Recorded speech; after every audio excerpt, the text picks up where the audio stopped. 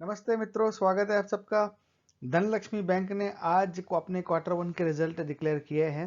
तो आइए मिलकर देखते हैं कैसे रहे उनके रिजल्ट।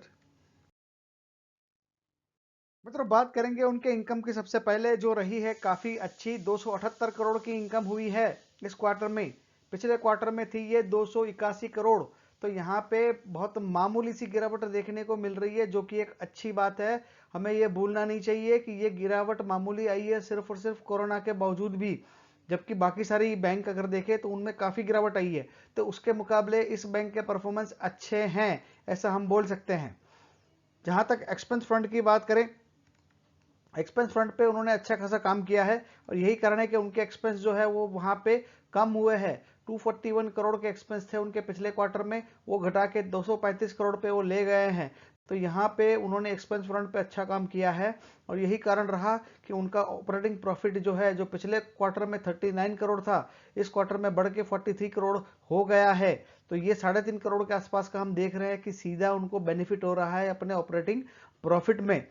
बात करते हैं उनके प्रोविजंस की, तो प्रोविजंस उन्होंने ठीक ठाक ले रखे हैं, जैसा हमने येलो में हाईलाइट कर रखा है। 37 करोड़ के इन्होंने प्रोविजन लिए हैं इस क्वार्टर के।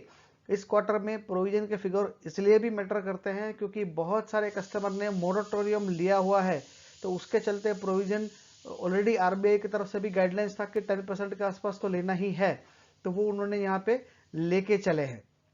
अब बात करते हैं उनके नेट प्रॉफिट की। तो नेट प्रॉफिट सब कुछ करने के बाद जो उनका आया है वो आया है 6 करोड़ 9 लाख रुपए का, जो पिछले क्वार्टर में 2 करोड़ 60 लाख था। तो यहाँ पे पिछले क्वार्टर के मुकाबले अच्छा परफॉर्मेंस देखने को मिल रहा है। हालांकि ये पिछले साल वाले क्वार्टर से खराब है। पिछले साल में सेम क्वार्टर में 19 करोड़ 19.84 करोड़, मोटा मोटा 20 करोड़ का प्रॉफिट हुआ था। तो उसके मुकाबले देखें तो ये 1/3 है। बात करें अगर उनके अर्निंग पर शेयर की, तो जैसा कि हम यहाँ पे देख पा रहे हैं वो 0.24 पर शेयर आया है, जो पिछले क्वार्टर में 0.10 था। तो यहाँ पे इंप्रूवमेंट तो देखने को मिल रहा है ईपीएस के मामले में। अब बात करते हैं कि उनका रेवेन्यू आए तो कहाँ से आए।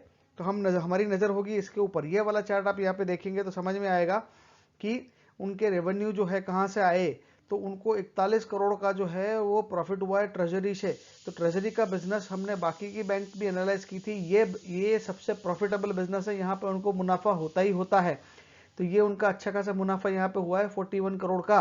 रिटेल बैंकिंग भी इनके लिए फायदेमंद रही है, जहां पे उन्होंने 4.59 करोड़ का मुनाफा कमाया है। हालांकि जैसा हमने देखा है कि कॉरपोरेट बैंकिंग, होलसेल बैंकिंग सारी बैंक्स के लिए सरदर्दी का काम बना हुआ है, और वो इनके लिए भी घाटा ही कर रहा है। पता नहीं ये बैंक्स ये होलसेल बैंकिंग से और कॉर्पोरेट बैंकिंग से कैसे पीछा छुड़ा पाएंगे, क्योंकि ये सेक्टर को भी लोन तो चाहिए, सपोर्ट तो चाहिए, लेकिन लोन लेने के बाद रीपेमेंट में बहुत सारे इश्यूज आज की डेट में तो आ रहा है। और ये सिर्फ इस बैंक के नहीं है, सारी बैंकों को यही प्रॉब्लम है।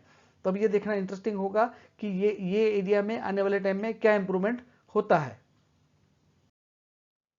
अभी कुछ बीच में न्यूज भी आई थी कि इनका 3 back to back senior level exits put spotlight back on Dhanlaxmi bank's endless boardroom tussle.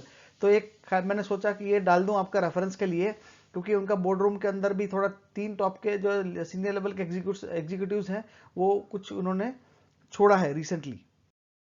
अब बात करते हैं इनके टोटल इनकम के फ्रंट पे। तो इनकम पे फ्रंट पे जो है वो कटौती देखने को मिल रही है।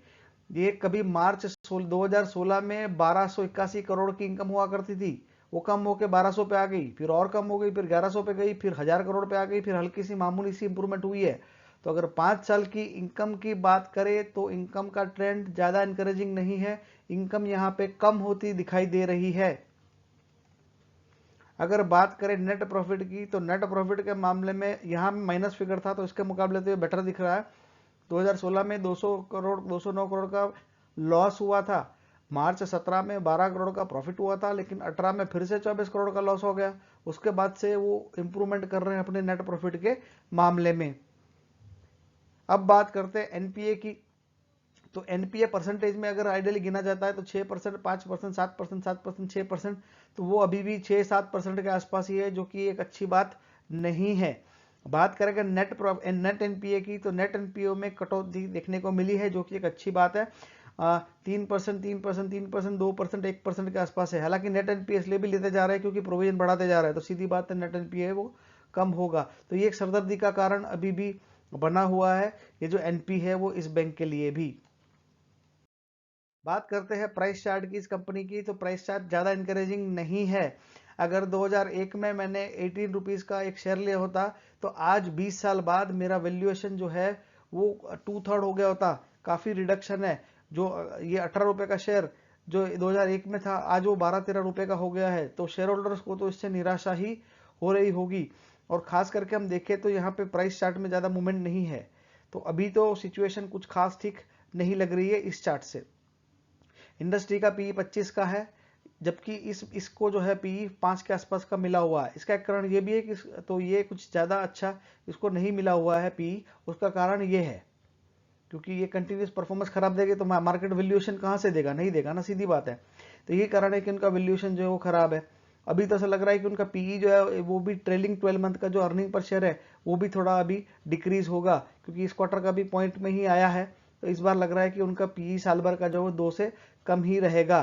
तो अब ये देखना इंटरेस्टिंग होगा कि ये प्राइस का इम्पैक्ट क्या आएगी। हो सकता है कि इसमें हम कटौती ही देखें आने वाले टाइम के अंदर। मित्रों यहीं पे हम अपना वीडियो समाप्त करेंगे। अगर आपको अच्छा लगा हो तो लाइक करें, कमेंट करें, शेयर करें, सब्सक्राइब करें।